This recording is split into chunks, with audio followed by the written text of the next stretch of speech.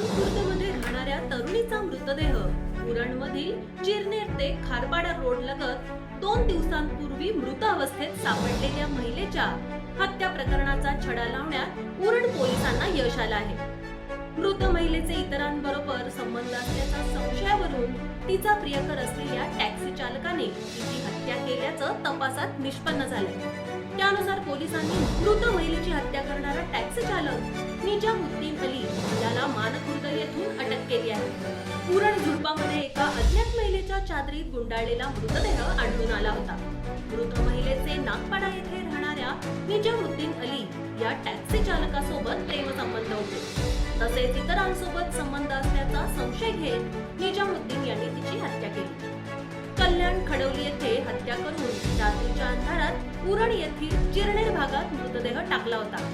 मानखुर्दच्या साठेनगरमध्ये पीडित तरुणी तिच्या कुटुंबासह राहत होती. नागपाडा सँडहर्स्ट रोड येथे ती घरकाम करण्यास जात असे. शेअर टॅक्सीने ती प्रवास करत असे.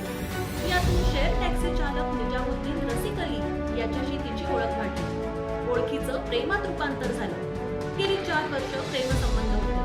मूळचा उत्तर प्रदेशचा लखनौचा रहिवासी असलेल्या निजामुद्दीनचं लग्न झालं होतं. त्याला 2 वर्षाचा मुलगा आहे.